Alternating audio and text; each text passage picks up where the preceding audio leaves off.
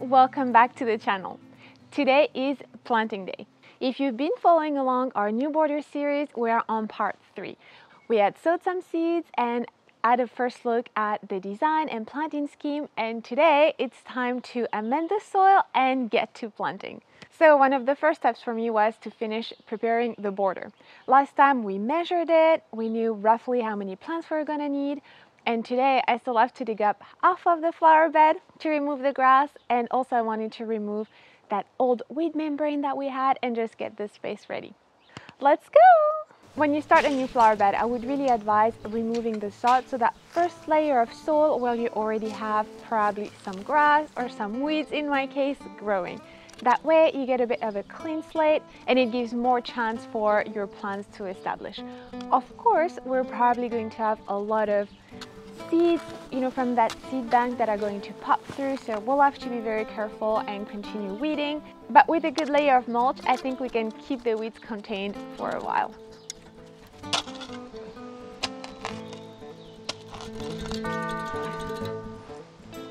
All right, it is done. That little border addition is all dug. I have a cart full of sod. I'm not sure what I'm going to do with this, trying to find a spot for it in the garden or get it to the recycling center. But that extended the planting space so much. Now I'm just going to remove the rest of the slate. I'm noticing actually that I hadn't removed everything, and we're going to remove the weed membrane.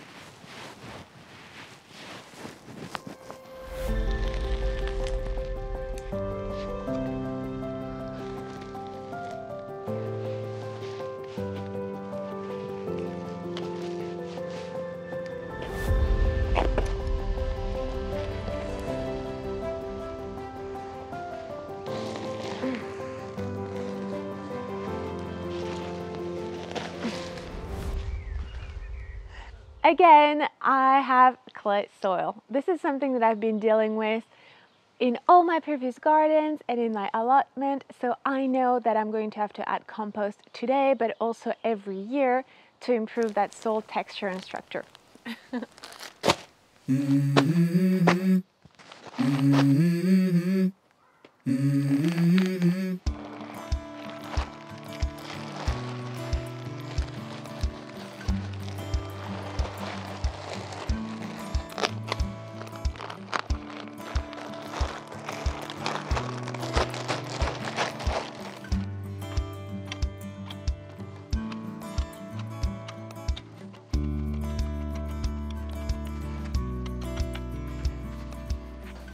Of course, Sima and Sushi come to inspect progress. So are you satisfied, Simba? Yeah, oh, it's so fluffy. Okay, the hard part is done. We have a flower bed that's full of compost, ready to go. And now the fun part can begin. We're gonna plant. It already looks so much better. It's that dark compost that gives us nice contrast.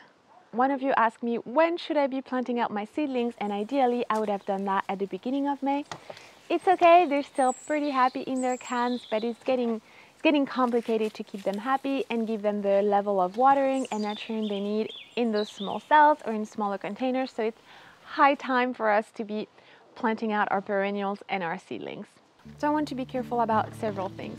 How my color scheme is woven through the entire border, so my accent colors and also my overall palette with my purples and pinks. I just want to make sure I have something that feels homogeneous and cohesive. Second is blooming interest. Even though all my plants are going to bloom from May to September, mostly because we're talking about a summer garden here specifically, still some perennials or annuals are going to bloom at a selected period of time. So again, I want to make sure that I have that repeat interest throughout my borders so that I don't have one corner that blooms early in the season and one late in the season. I don't think that's going to be very pleasing. so I want to be careful about that also. Another thing is the height of the plant. So traditionally you have a plant that grows taller towards the back, your middle container, and then your ground cover towards the front. You can weave in and out some plants to give a bit more movement, but really if you want to see what's going on from one specific point of view, so for us we're looking from the house towards the border, I'm not going to start my tall layer at the front. I think that's quite obvious, so it really depends on you and your situation and how the border is going to be seen and interacted with. I think this is going to take me forever to plant, but just right now, without the plants having filled in, without much, I think it looks just so much better already. It's going to be so beautiful. I'm going to divide this little guy.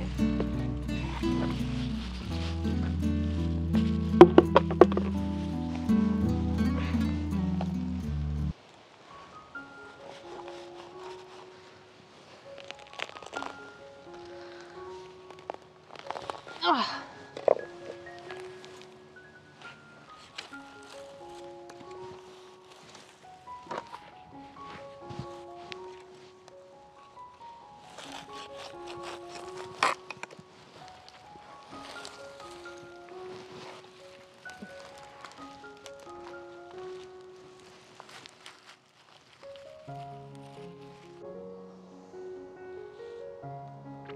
Something else that you see often when looking up advice for designing is alternating your spiking interest, so plants that grow really tall, and something that is a bit more mounding.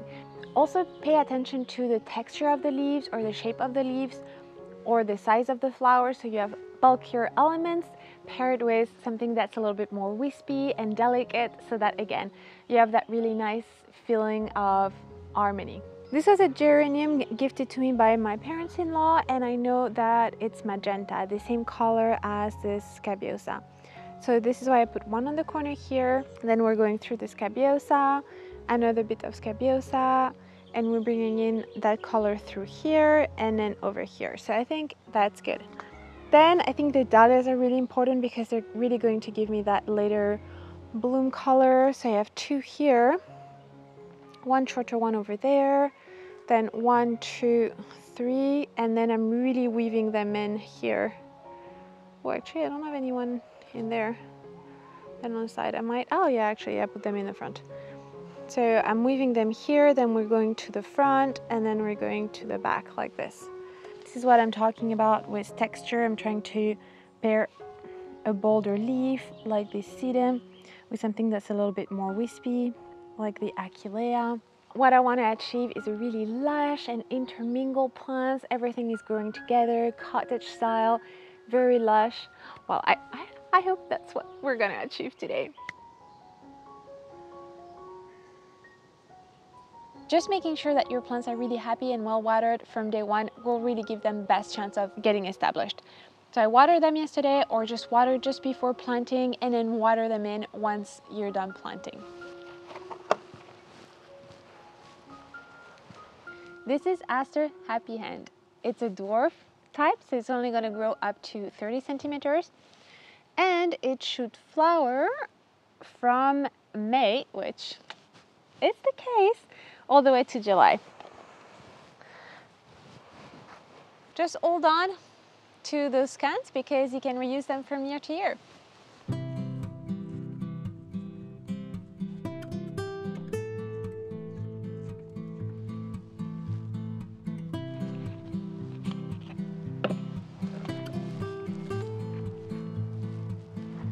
Also, an advice that you see a lot is about how many plants you have to group together. I've seen very often the recommendation of planting in groups of 3, 5, or 7. You're going to see here that's not necessarily what I'm going to be doing because it depends on how many plants of each type I could get my hands on. I only have one foxglove, for example, so far, and one Alchemilla mollis. It's okay, those are plants that are going to self-seed or spread pretty fast, so I know that it's going to bulk up. But what I wanted to say is that if you don't have the perfect number of plants, it's okay. You can still achieve a very beautiful border with however many plants of whatever type you choose. So of course right now I'm talking about only one border, one part of the garden, But how do you make sure that this new addition is cohesive with the rest of your garden? The way I'm going to do that is weaving through some of those plants into my containers. Right now I add my spring bulbs. They're still waiting for their foliage to die off, and I'm going to plant them into a bulb meadow, so stay tuned for that video. But what I want to do is reserve some plants to go in those containers. They're going to be rather close to the border, so it's going to bring that feeling of continuity.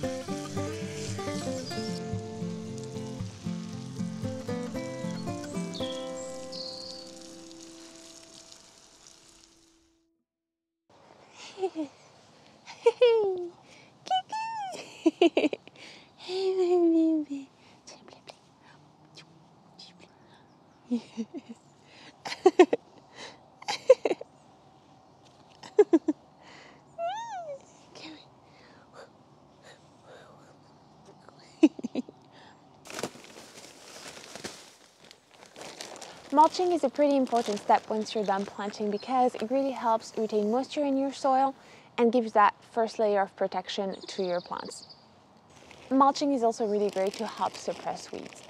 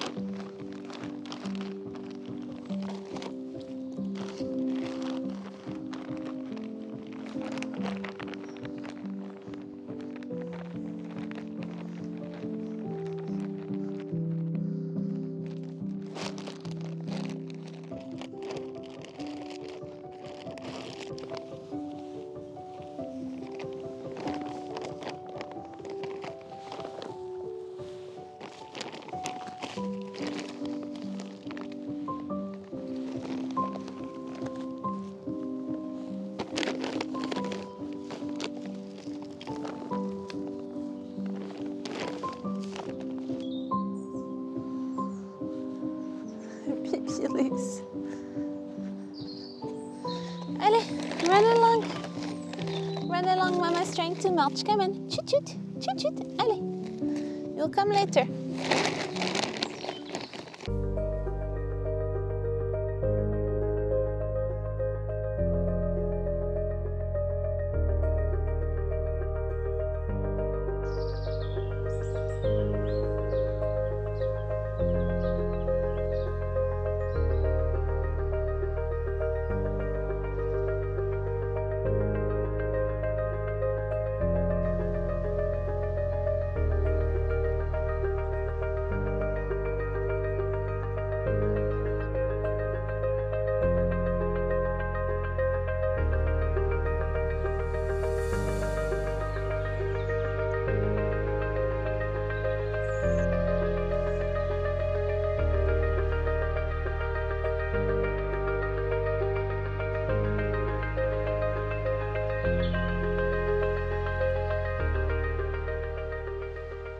Thanks for watching this video. I hope you found it helpful. I hope you enjoyed going through the different steps with me of planting this border.